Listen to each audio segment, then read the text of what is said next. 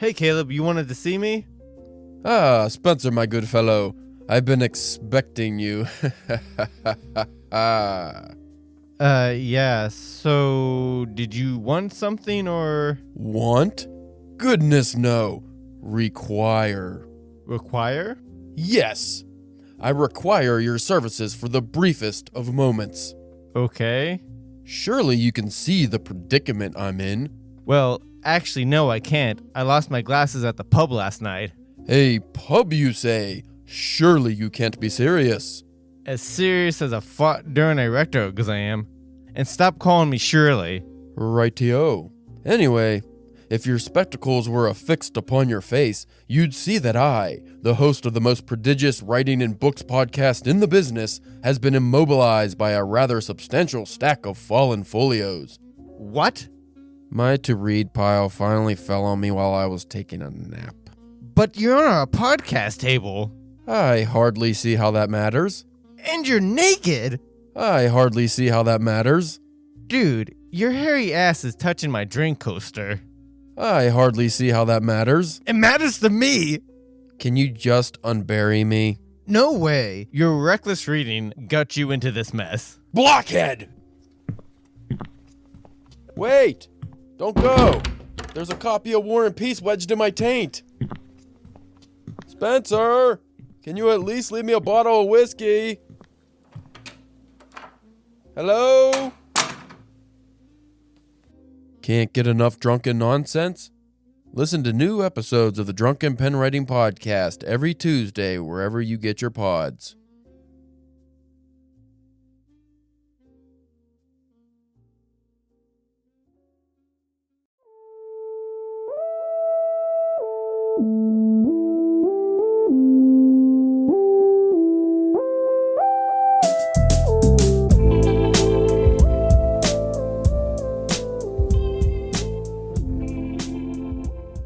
You are listening to the Drunken Pen Writing Podcast. I'm your host, Caleb James. With me, as always, Spencer, the Bridgeport Backbreaker Church. Breaking backs in Bridgeport. Yeah, Bane style. I feel like I might have used backbreaking once or twice. Probably. You're breaking backs in every place that starts with B. You're right.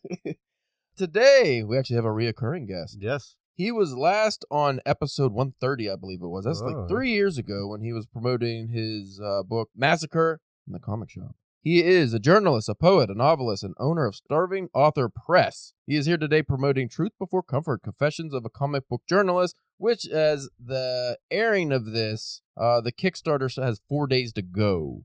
So I think if this comes out on Tuesday, what's today, Saturday? Yeah. So it'd be like the last day or second to last day. Big bad Nick Ulanowski. Thank you for joining us. How's it going? I'm glad to be here. So your Kickstarter is, from the looks of, at least of now, I screenshotted this morning.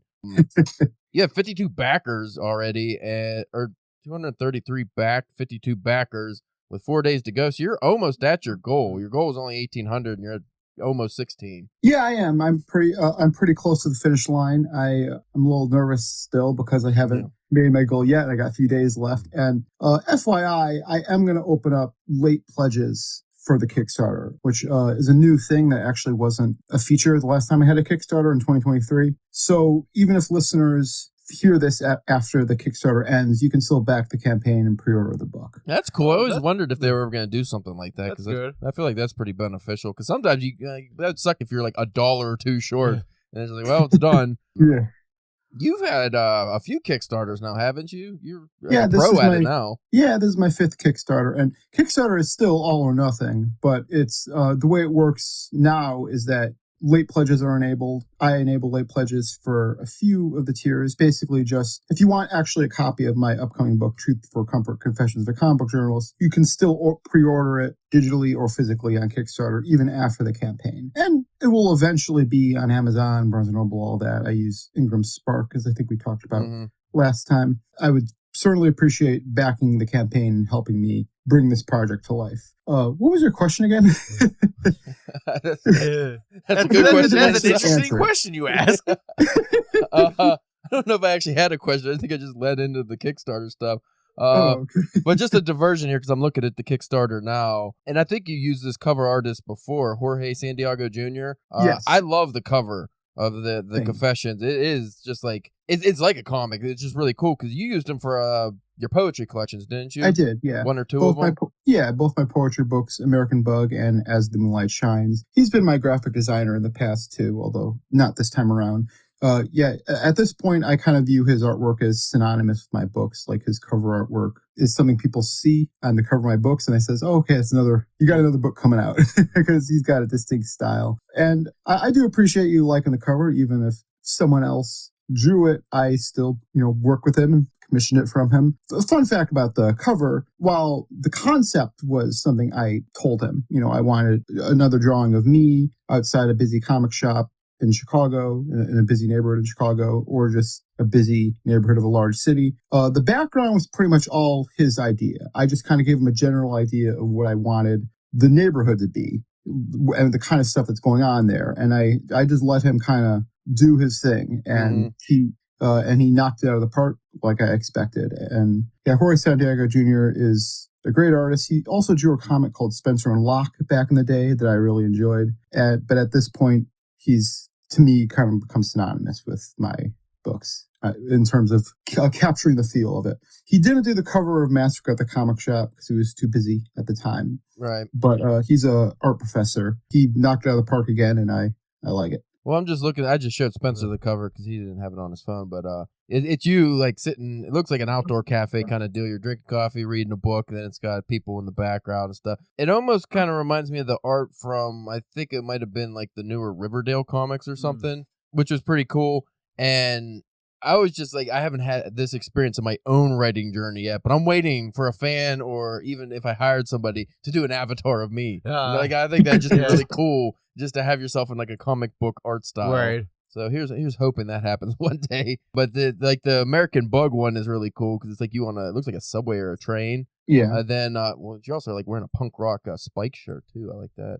And then the one I actually really liked the most was the Moonlight Shines cover. Like passed out on the pier with all these beer cans leading up to the ocean. Yeah. But anyway, so the Confessions is like a collection of your essays and your works from your Substack. Is it all just from your Substack, or do you also have other things incorporated? So all the chapters are originally from my Substack, although I have new material added to fit my underlying thesis. I added a preface and an afterword tying everything together. And I have a foreword by Phil Falco, the indie comic book writer. And even if you're familiar with my Substack work, I still added new material to kind of tie everything together. The funny thing is that I was always kind of, in a way, writing a nonfiction book on this Substack.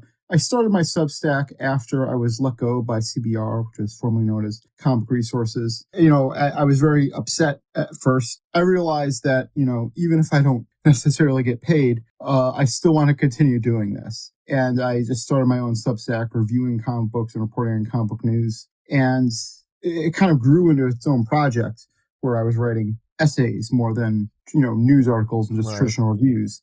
As far as putting it all together in a book, I do have new material. There's whole new paragraphs. There's also paragraphs tying things together, kind of calling back other chapters, calling back my original thesis statement. And I wrote in the preface of the book this idea that, I do believe in this idea of Death of the Author, which is that essay from 1967 by Roland Barthes. I may be pronouncing their name wrong. And where you should look at the meaning of a work independently of the creator of the work, because sometimes people say things unintentionally. And also, once you put a book or a comic book or a movie or whatever else out into the world, it kind of exists independently of you. I definitely believe in that concept. I like looking at the works that I read, listen to, or watch and figure out what it's saying, regardless of what the creator says it means. But I also believe in something that I coined in my preface, and I kind of believe in this even more than Death of the Author, which is Death of the Corporation. And that's what was the creator trying to say before there was corporate interference, before editorial interference, before they were just trying to have mass appeal or appeal to a large enough audience. And as I also say in the preface, even something that's super indie or self-published is still influenced by market forces. And something that continues to interest me when writing about comic books is examining this and figuring out what the creator was saying or what it may have been before they had to consider those market forces. And I kind of call that Death of the Corporation, which is a nod to Death of the Author. In your research, have you encountered anything where an original work has been changed so much by the marketability approach that it doesn't even necessarily resemble the original work anymore? Or if it does, it's not in the author's initial intention? I mean, I always think of like different movies. That's the one you see a lot of and it usually ends up, oh, why was this movie a flop? And then you look into it and you find out, oh, the fucking producers had all these stupid creative, quote unquote, ideas that ruined the movie. But I'm sure like novels and comic books have had that happen a lot as well. Yeah. Well, I mean, Watchmen very famously is written by someone who doesn't like any adaptations of his work. Right. Alan Moore, he also wrote Batman the Killing Joke. And I do think that the adaptation of that comic just completely fucks with the original creation. But that's adaptations. As far as like something kind of getting watered down. I mean, I would say that in a lot of ways, certain MCU movies, like Iron Man 3. That wasn't Iron Man 3. That was Ant-Man. The director, who had his own ideas for the movie. He's a kind of an established director, and he just left the project because they wouldn't let him do what he wanted to do.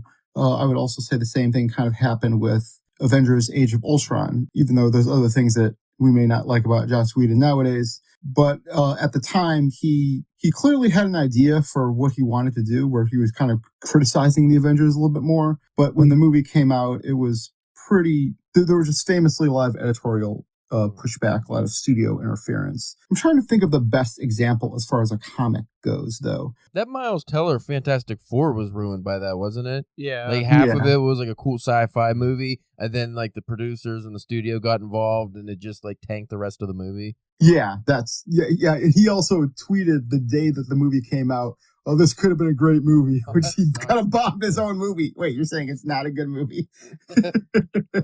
Yeah, it's I don't entirely buy it, that one. I think that movie is kind of a mess.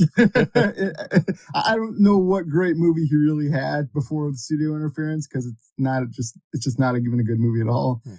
But I would I also would say that I really like the novel A Christmas Carol by Charles Dickens, which I write about in the book.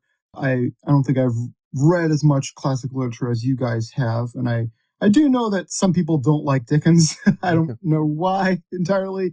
I know some people don't like his writing style. Maybe I'm not as much of a reader of classic literature to understand what that criticism actually is, but I think it would most likely be the Victorian language and just the over details. That generally turns modern readers off of, and it's not even Dickens, just any work from 1800s. Right, yeah.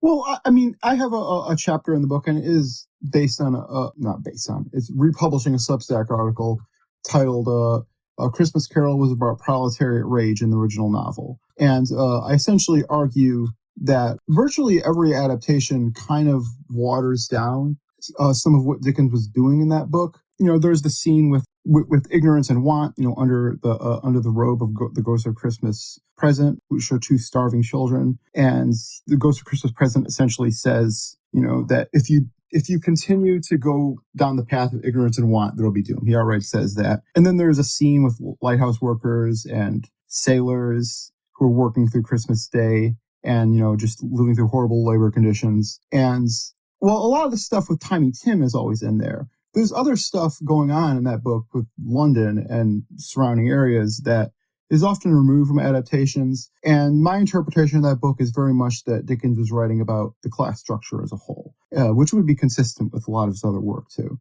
And to me, that gets watered down a lot in favor of this, holiday cheer kind of story. I don't necessarily view the ending of the book as this super positive thing where Scrooge just becomes a better person. I think he does become a better person. Based in fear. Based in fear, exactly. Yes, yeah. that's kind of gets watered down. He's afraid.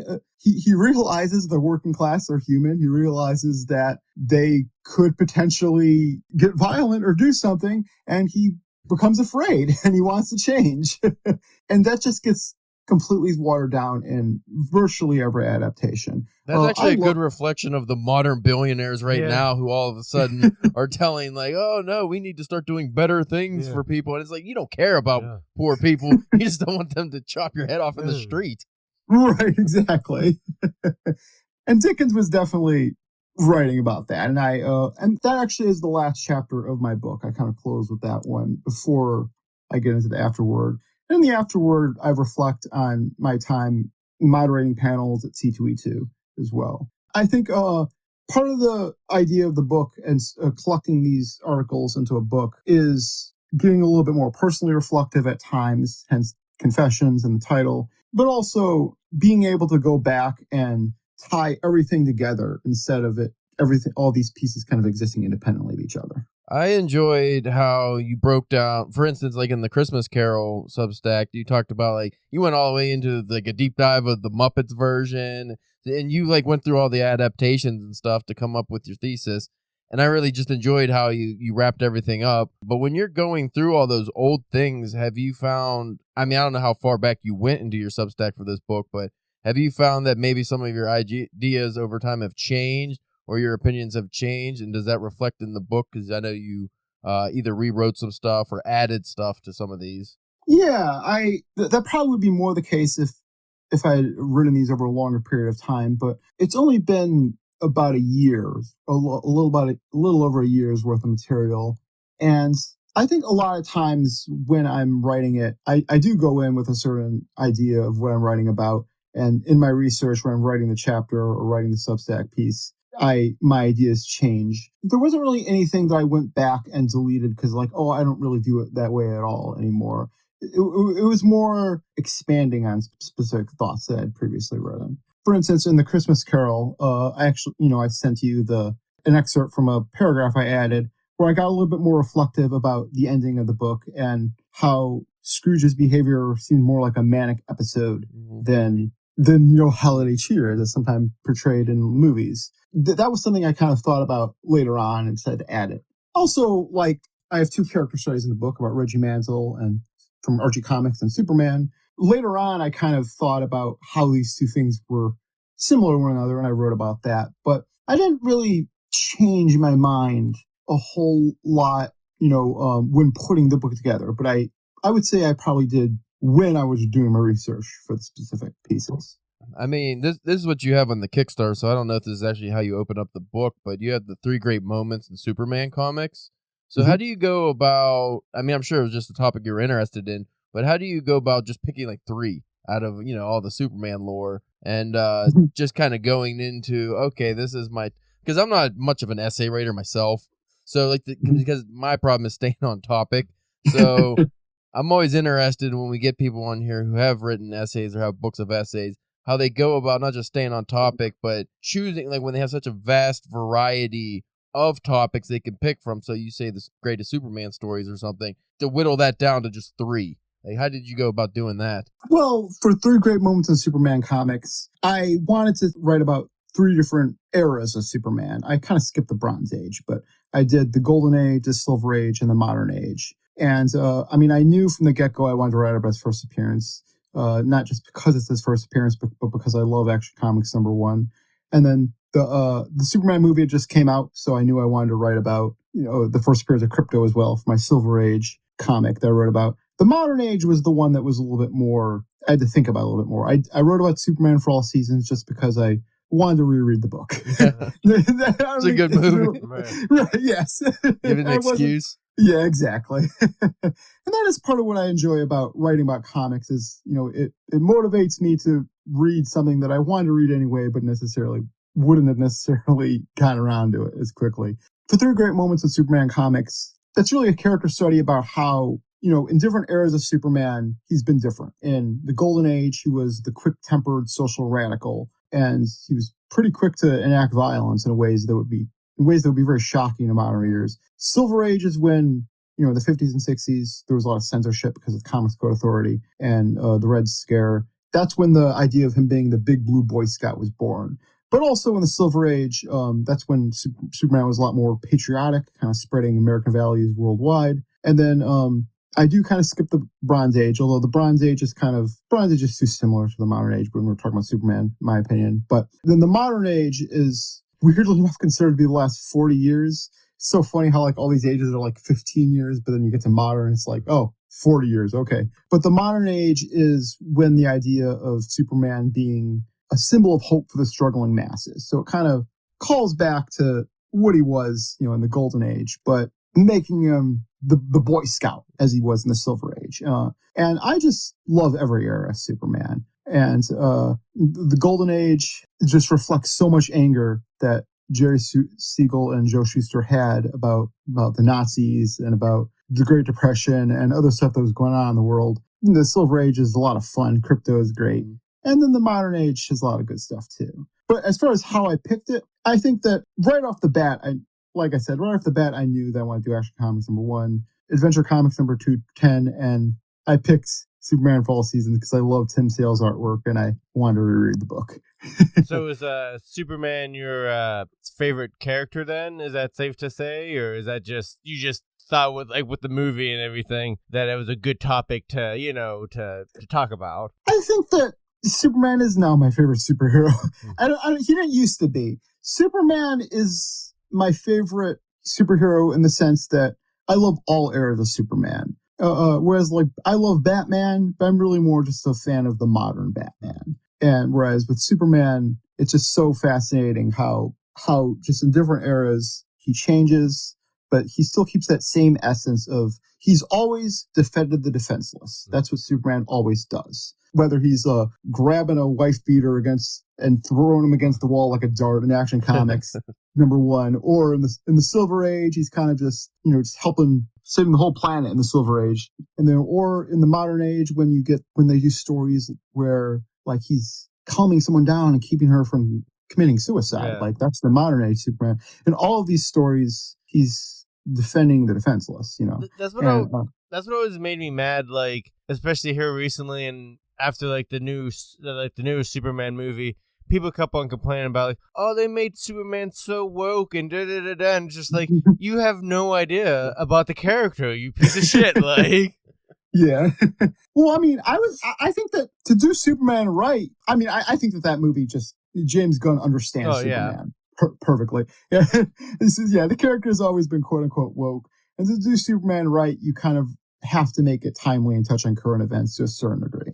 I was just wondering if in your modern part of talking about Superman, if there was enough, or if you had a chance to read it yet, any of the absolute Superman stuff, because I feel like if you haven't read any of it yet, I feel like it does a good job of that of him fighting for the everyman to the point where he's literally going to different parts of the world as a journeyman, trying to liberate different working classes and stuff and in small countries and stuff like that. And that's been one of my surprise book out of that line, is how much I've enjoyed absolute Superman. Yeah, I do have the trade. I haven't read it yet, although I did report on the Superman panel at C2E2 2025, where Jason Aaron talks about that book. He's the writer of Absolute Superman. He was saying that part of the goal with Absolute Superman is to bring him back to his Golden Age roots to a certain degree, where he's angry too, he was in the Golden Age. It's not even just, although I am getting the impression that Jason Aaron is, I haven't actually read the book, but the way Jason Aaron's talked about in interviews and at the panel that reported on it, he's probably eventually going to make it more where he's more like the modern age Superman. But because it's been up to I think current issues 20. They've done about 20 something issues. So yeah, there has been some slight involvement, but I think that would be once you get caught up or read some issues, I think that would probably be a cool article for your Substack, is just comparing that to all your other versions of how much you like the character. Yeah, absolutely. I should review that book for my Substack. I mean, I probably will. I'm not doing that next month. Actually, I'm so behind. I've been working on my Kickstarter. I'm gonna have to put something together that's pretty simple for my next Substack. If not, just reflecting on this Kickstarter and the different, and being on this show and a few other shows I've been on. So no, I do want to read Absolute Superman. I have the trade, and the way Jason Aaron talked I read about Absolute Superman in my book when I republished my C225 reporting. Just what Jason Aaron was saying about it. When you were working for CBR, I'd imagine you had, because you did articles as well as like reviews and stuff for them. Were you able to take any of that stuff for your Substack, or even just reshape it for your Substack, or is that like, I don't know if you had a contract with them or not. It's like not allowed to reuse. And to tag onto that, I was wondering if in this book, since it's like confessional, I didn't know if you had any stories or articles just about being in that field, like working for like CBR or any other places like that. Because like me too, as like a comic book fan, I always thought that would be a cool thing to do to but like as the medium kind of grows, those websites have not become great. They've become basically list farms and stuff like that. Right. Well, yeah.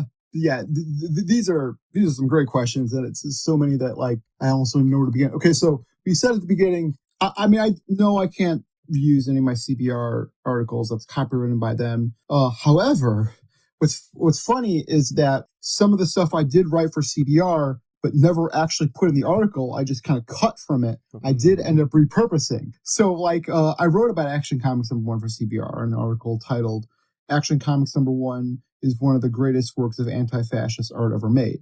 I had a whole reflection about Action Comics #1000 where you see Butch Matson again.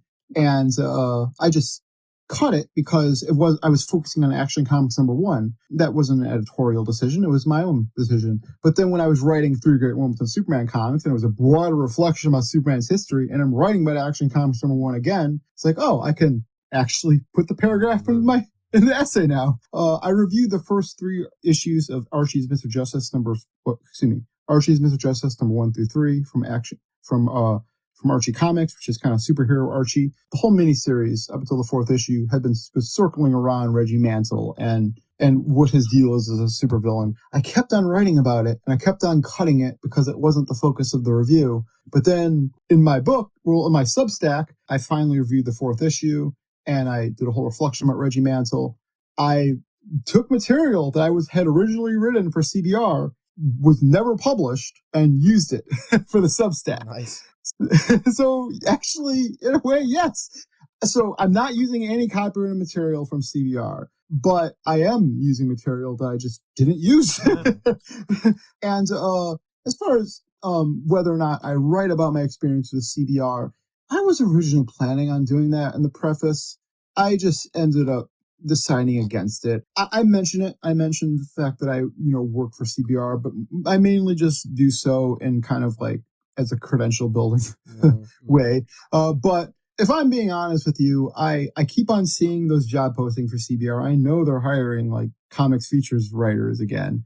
And I keep on being tempted to apply. I don't know if they'd hire me back or not. With a company like that, I wouldn't be surprised if they would, because it's like just a different editor, different people, blah, blah, blah. Also, I never actually had an issue with my editors I work with. The problem with that company, and by the way, they wanted me to sign a contract not a contract. They wanted me to sign a legal form saying I would never disparage the company, and they would offer me severance pay. I actually did not sign that form, so I can disparage the company if I want.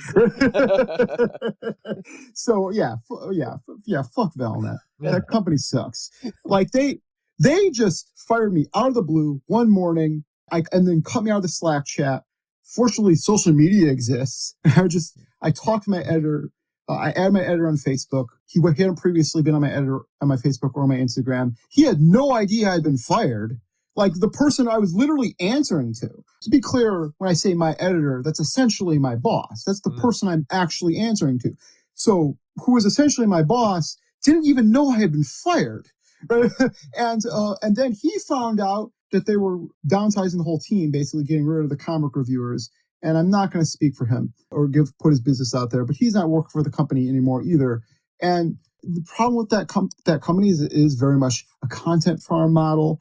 Valnet, which owns, Screen Rants, CBR, and a few others. We're supposed to link articles from other websites than Valnet's network when writing our articles. I think they're very much trying to make it uniform, where like Screen Rant articles are similar to what CBR articles are, And the way they do the content front thing is they give us these quotas that make it hard to do good work. Also, you shouldn't really have quotas if you're a freelancer. Yeah. That's bullshit. I'm a freelance journalist for a local newspaper. It is my job. You get paid for the content that you're making. You don't have a quota of content that you have to put out and hit those numbers or something bad happens. That's just stupid. Yeah, because I would think if you would have a quota, that would also mean you should have a paycheck. Yeah. You have a quota if you work for the company as a hired employee, not a freelancer. Exactly. It's bullshit. That's the end. Oh, it gets even worse because I was never really clear what my quotas even were. I had different messages from different people. There's no real communication. So that could probably just be a book itself. It's just your battlings in the actual job market of, comic journalism and what even like that even kind of like stands for. Because I feel like that in and of itself has just kind of faded away to almost like an actual, like there's not like much actual comic journalism. Or just like you say, that even like we're writing like think pieces about characters and stuff. Like I don't feel like there's a lot of that even out anymore. I'm surprised that CBR and those companies haven't just completely transitioned to AI and don't just get rid of all the writers. I thought they would by now, or I mean, I'm sure they are thinking about it. I figure them because like really, like how easy would it be for AI to just shit you out like 50 list articles a day, especially if they have a say Nick, if he had, I don't know how CBR is set up, but I've done freelance for different magazines where it's like you have your name, so you can go just to your name and it has all the articles you've written for that place. And then I could imagine they just have AI and be like, hey, compile all of Nick's stuff and just like write articles like him because we own, the voice. Like, fuck you. Yeah, I really hope it doesn't go in that direction. That'd be terrible. Yeah. As far as lists go, that gets a lot of criticism. People view that as kind of clickbait, just the concept of a list. I don't actually agree with that. I think lists, the format of a list is actually a kind of a perfect way to write about comic strips. 10 different comic strips, and you can analyze a character, analyze a comic. Problem is that if you're working these freelancers to death, they're not going to be able to do good work. No.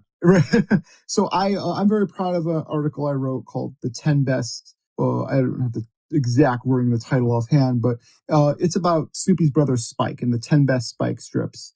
And really, I'm writing about the character.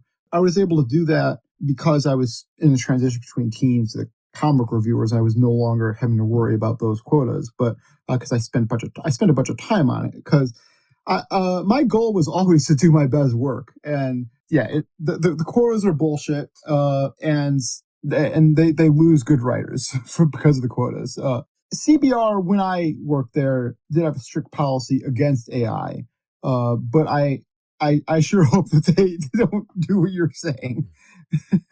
And you're not wrong. They could be like, look at these articles from Nick Ulanowski. Let's write an article in his voice about right. Yes, that'd be terrible. That'd be so shitty. Like, and then you find out about it, and what do? You can't do anything. Yeah. I feel like there was another question that you guys had about CBR though. Well, I made a comment about how you could probably just do a whole book on itself about just dealing with just being, in that field and stuff like that. And not even just them specifically, but just the corporatization of comics or any other medium where it's just like, this is a commodity now. So these articles, the higher ups don't give a shit about the quality as long as they get views. People are reading them and it gets them clicks, and then it gets clicks to the Screen Rant or whatever other articles or websites they have.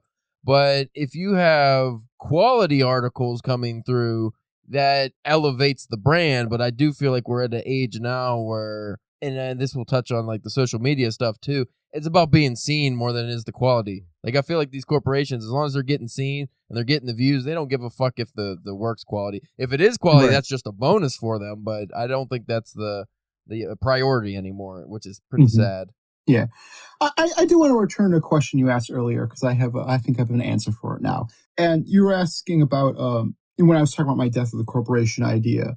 So I would say that Calvin and Hobbes is an example of that. Bill Watterson did an amazing job sticking to his guns, ignoring what the press syndicate wanted him to do, because they wanted him to merchandise his work and they wanted it to be more commercially viable. And he continued to say fuck you, which he writes about in the Calvin Hobbes 10th anniversary book. At the same time, I can't help but suspect that if this comic was a web comic today, Calvin and Hobbes, if he was a young guy making a web comic today, it would be totally different. It would probably be even better, despite being the greatest comic strip ever made, in my opinion. Bill Watterson had so much to say about commercialism, about society, and he had these daily deadlines. That's why he took the sabbatical for a while. And I'm interested in kind of uncovering the anger at the core of Calvin and Hobbes at certain times that not everyone might necessarily notice, which is what I mean by death of the corporation, where, like death of the author, death of the corporation. So it's not so much that Calvin Hobbes was ruined. It's not. It's it is the greatest comic strip ever made, in my opinion.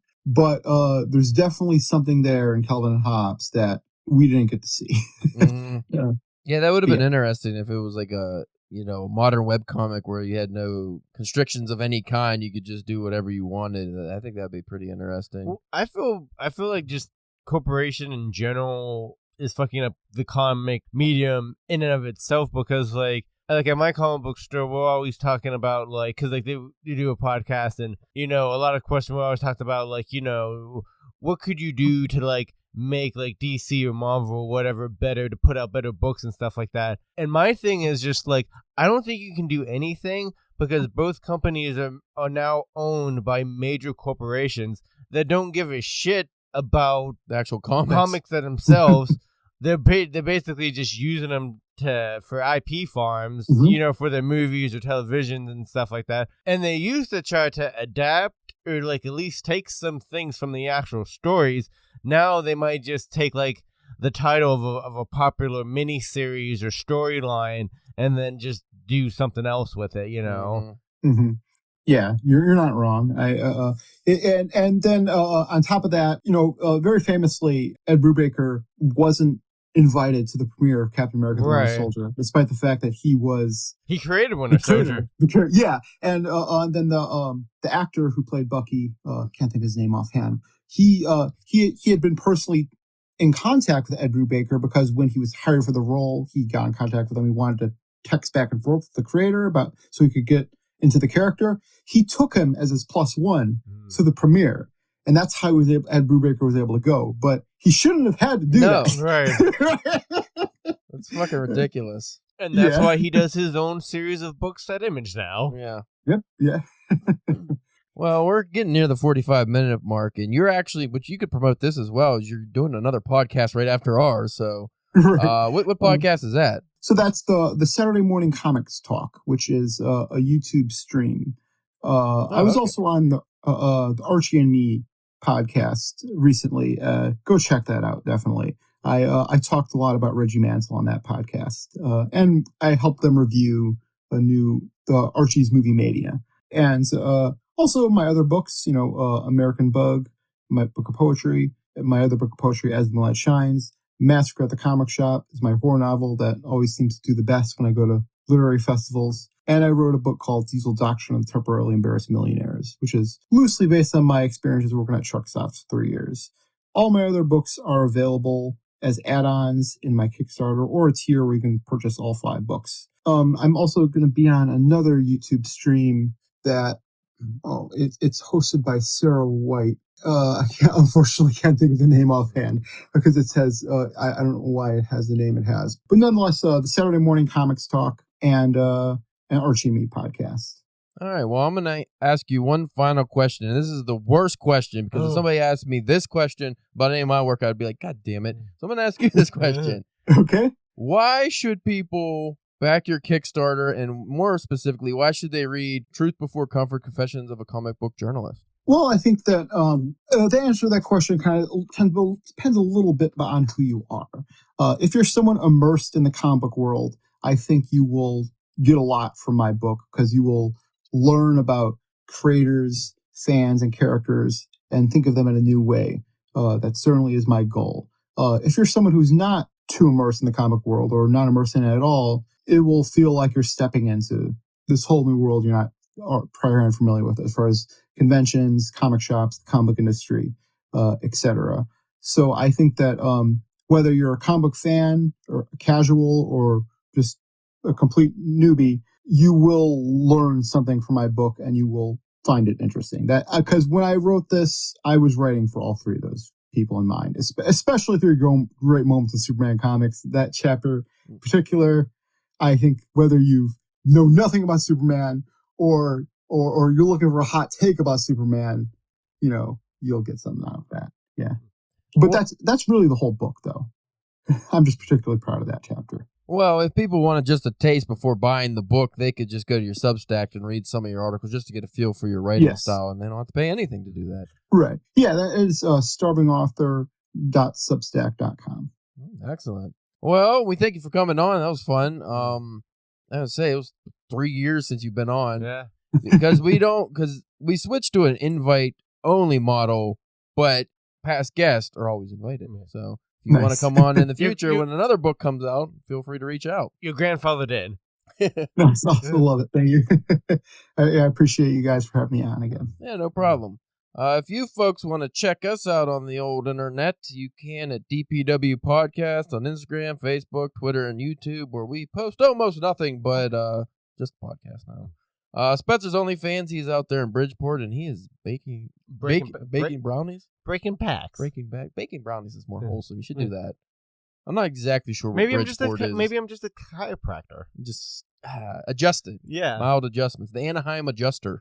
That's a little safer. You can check out my website, calebjamesk.com. I got new work out because I'm bumping this episode up in the queue, so this will be out this week, June 2nd. Second, I think. So, as of June 2nd, you could read, I got some poetry in Chill Mag that's out. I am also in the latest PA Bards. And around July something or other, you could check me out in Starlight Pulp Review 8, where I have a very long story.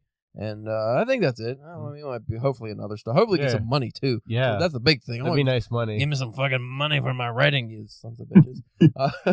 Anyway, thank you again, Nick, for coming on, and we will check you folks out next week with, I don't know, we have like 5 episodes in the queue, so some of them might be good, some not so good. See you later.